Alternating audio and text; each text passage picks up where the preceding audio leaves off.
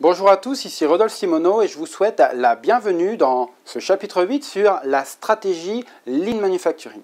Alors, dans ce module numéro 2, on va regarder un petit peu ensemble ce que l'on entend par la gestion de la performance. En fait, la gestion de la performance va être l'élément qui va vous permettre de mettre en œuvre votre démarche d'Oshin Kanri. Donc, vous avez établi la vision, vous avez décliné les objectifs. Et bien maintenant, il va falloir s'assurer que les objectifs soient atteints. Et pour que les objectifs soient atteints, il va falloir que tous les niveaux de votre organisation contribuent, ou en tout cas animent de manière quotidienne leur performance et s'assurer qu'il y ait une véritable gestion du système de la performance. Donc ce module 2 est vraiment ciblé pour regarder un petit peu quels sont les grands principes de la gestion de la performance. Et dans ce cours numéro 1, on va présenter un petit peu quels sont les principaux objectifs de cette gestion de la performance dans les organisations. Alors plus spécifiquement, dans ce cours numéro 1 et dans ce module en général, on va essayer de comprendre de connaître un petit peu les principes de la gestion de la performance, mais aussi de connaître l'organisation qui permet une gestion de la performance efficace au quotidien. Et finalement, de connaître quels sont les outils qui permettent de mettre en œuvre des revues de performance basées et en particulier sur ce qu'on va appeler les infocentres. Alors, ce n'est pas l'objectif de ce module de vous expliquer comment on conçoit un infocentre, comment on en anime un et comment on le crée. L'objectif des infocentres, c'est ce qu'on appelle la transformation Lean. Donc je vous réfère plus à la transformation Lean pour mettre en place votre infocentre. Mais de manière générale, on va être confronté à avoir besoin d'un support pour animer la performance. C'est ce qu'on va appeler les infocentres. Alors vous avez certainement déjà les vôtres que vous pouvez utiliser et mettre en place les différents principes que l'on va passer en revue dans ce module. Alors je vous rappelle ici rapidement notre temple Lean avec ses deux piliers, le juste à temps et le judoka, pour mettre en œuvre un système qui va réduire les délais, réduire les coûts et augmenter la qualité, mais qui a besoin de fondations solides, de processus stables pour être mis en œuvre. Alors ces fondations solides, eh bien, il va falloir animer une performance autour de ces fondations si l'on veut qu'elles restent solides et qu'elles se solidifient dans le temps et qu'elles progressent, continuent de progresser. Et donc c'est la vocation du principe de gestion de la performance, d'animer cette performance sur ces fondations pour s'assurer qu'elle reste saine et que notre temple Lean ne va pas s'écrouler au bout d'un moment. Ce qu'il faut comprendre finalement, et on revient à cette approche holistique, c'est que pour obtenir des améliorations qui sont pérennes, donc les améliorations qui sont le cœur du système de Lean Manufacturing avec des marches Kaizen, donc pour obtenir des améliorations pérennes à long terme, il faut agir simultanément sur 3 dimensions essentielles dans les organisations. Alors, la première dimension sur laquelle on agit, et c'est généralement la plus facile, sur laquelle on peut agir facilement, c'est ce qu'on appelle le système opérationnel. C'est-à-dire les standards de production, les flux de matière, le système qualité, le système de maintenance, les techniques, les équipements, les outils, les machines, les différents actifs de l'organisation. Donc agir sur ces éléments du système opérationnel, donc changer nos standards, changer la matière première, changer de fournisseur, s'approvisionner, tous ces éléments-là sont des éléments sur lesquels il est facile d'agir, il est assez facile de les améliorer. Mais par contre, ce qu'il faut bien veiller, c'est que ces améliorations de cette dimension du système opérationnel soient bien accompagnées de 2 autres dimensions, et c'est pour ça qu'on parle souvent d'approche holistique du Lean Manufacturing, c'est que si les 2 autres dimensions ne grandissent pas, ne s'améliorent pas en même temps que cette dimension du système opérationnel, eh bien on va avoir des systèmes déséquilibrés dans lesquels, par exemple, on va avoir un système opérationnel fortement sur lequel on fait beaucoup d'efforts, beaucoup d'améliorations, mais les 2 autres dimensions que sont l'infrastructure de management, donc le système organisationnel de l'entreprise et les états d'esprit et les comportements des personnes qui y travaillent, si elles n'évoluent pas, eh bien, on va avoir une atrophie dans ces 2 dimensions-là qui vont faire que notre temple Lean ne pourra pas être construit sur des bases saines et donc l'approche holistique ne sera pas respectée et donc à plus ou moins long terme, eh bien, les améliorations qu'on a apportées sur un système opérationnel vont s'effondrer parce que les comportements ou les états d'esprit des salariés ne sont pas en adéquation avec les valeurs véhiculées par le système de production Lean, où l'organisation, donc le système organisationnel, et notamment tout ce qui est aspect gestion de la performance, n'a pas été mis en place pour s'assurer que ces améliorations du système opérationnel durent dans le temps. Qu'est-ce que l'on entend finalement par l'infrastructure de management ou le système organisationnel? Eh bien, c'est tout le système de gestion de la performance en réalité qui anime au quotidien notre organisation. C'est aussi le processus de développement des ressources et des compétences dans l'organisation, et ainsi que la structure organisationnelle, les différents niveaux hiérarchiques et comment ils interagissent entre eux. Ainsi, les fonctions support, les fonctions administratives, les ressources humaines, les achats, donc tout ça un petit peu, comment est-ce qu'elles sont organisées par rapport à l'endroit où on fabrique la valeur ajoutée.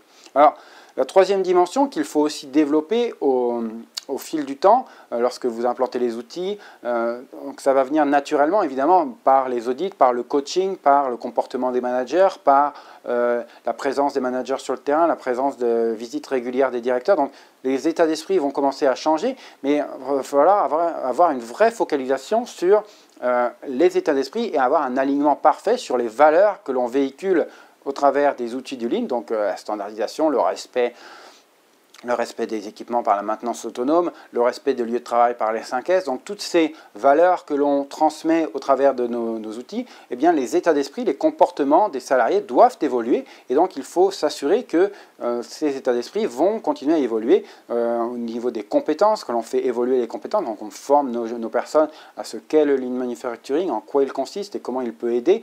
Au niveau du leadership, on a un chapitre sur le Lean et les leaders, comment les leaders sont là, en tout cas les dirigeants, les managers sont là pour montrer l'exemple, pour animer, pour donner de la crédibilité à la démarche. Donc, encore une fois, un système holistique à 3 dimensions, avec une dimension opérationnelle sur laquelle il est facile d'agir, et 2 autres dimensions qui sont organisationnelles, avec un fort impact de la gestion de la performance qu'on voit dans les prochains cours, et cette dimension de état d'esprit, comportement qui doit être coaché au quotidien par les changements de façon de voir l'entreprise, les changements d'état d'esprit des gens qui travaillent dans l'organisation au quotidien au travers de l'implantation des différents outils du Lean Manufacturing.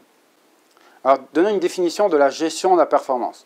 Alors, on va dire que c'est un système de management de performance basé sur des outils, des procédures d'organisation et de pratiques, d'état d'esprit, de comportement qui visent à résoudre efficacement les problèmes en temps réel par l'implication de tous. On se retrouve à reboucler sur cette démarche Kaizen, dans cette dimension organisationnelle, sur la gestion de la performance. On est là pour aller sur le terrain, voir les problèmes, les améliorer. Donc, on est toujours dans cette dimension-là, dans cet état d'esprit-là, et on va structurer des outils pour animer cette gestion de la performance.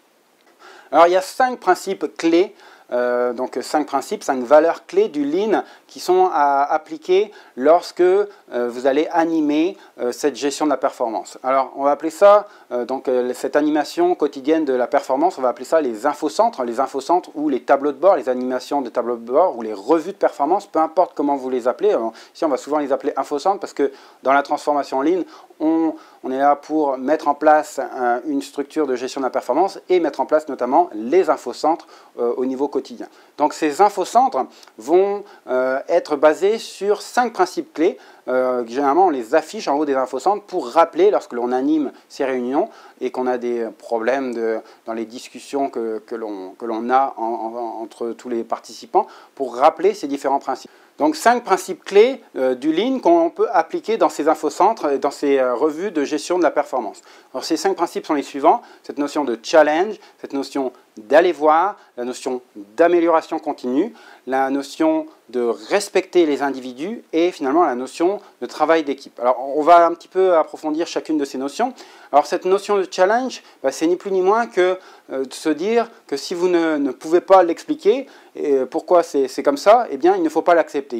Ça recroise un peu cette idée de vérifier, d'être factuel, d'être orienté par des faits, d'orienté par des chiffres, de manière factuelle pour se donner une idée de la situation. Deuxième notion, c'est la notion d'aller voir, ou le Genshi Genbutsu. Donc, constater par vous-même, récoltez les informations, trouvez la cause racine, obtenez le consensus, prenez l'initiative. Donc c'est ce qui est un petit peu les valeurs à associer avec ce principe de aller voir. Ensuite, dans cette notion d'amélioration continue, l'idée c'est d'être ce qu'on appelle dans le cadre du lean manufacturing, ce qu'on appelle d'être simple, d'être rapide, pragmatique, bon marché surtout. Et donc avoir ces notions quand on essaie d'apporter des améliorations, avoir ça en arrière de la tête, qu'on n'est pas là pour dépenser des capitaux importants pour mettre en œuvre nos solutions, qu'on est là pour être pragmatique, simple, rapide et vraiment bon marché. Le quatrième élément, quatrième principe, c'est donc de respecter l'individu, évidemment. Et aussi l'un des principes fondateurs de Toyota, l'un des deux piliers du système des valeurs Toyota, et donc de respecter l'individu en disant que chaque individu a un rôle à jouer et il faut respecter le rôle de chacun. Ce n'est pas parce qu'on est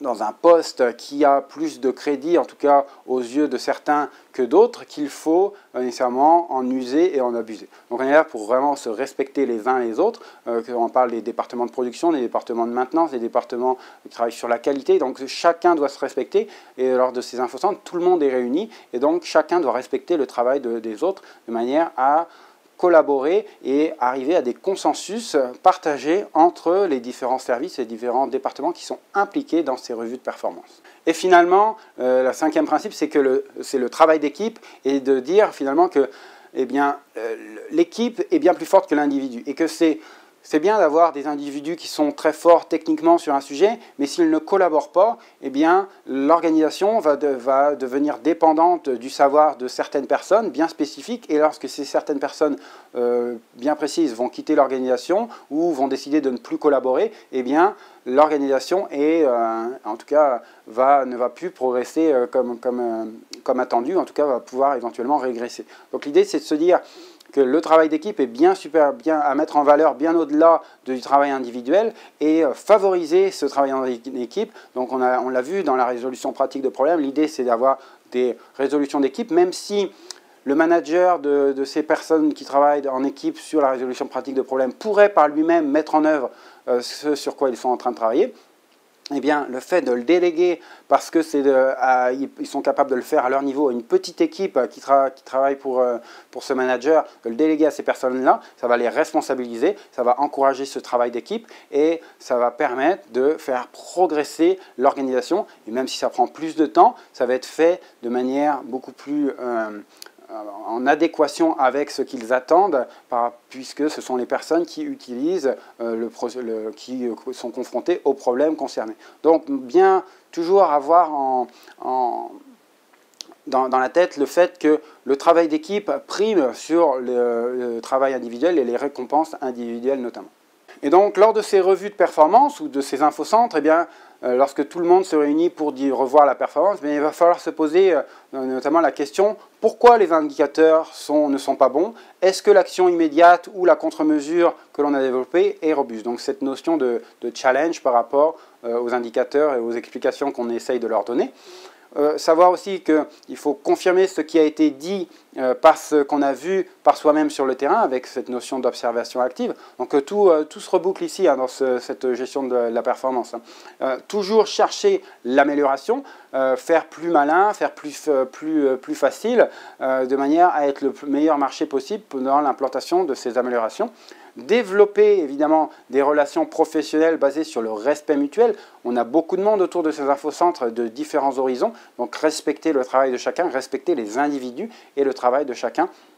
Donc chacun travaille avec les autres pour atteindre un objectif commun. Rappelez-vous, Ocean Canui, l'étoile polaire, tout le monde sur le bateau a pour volonté de se diriger vers l'étoile polaire et chacun contribue au quotidien dans le cadre de son travail pour atteindre l'étoile polaire.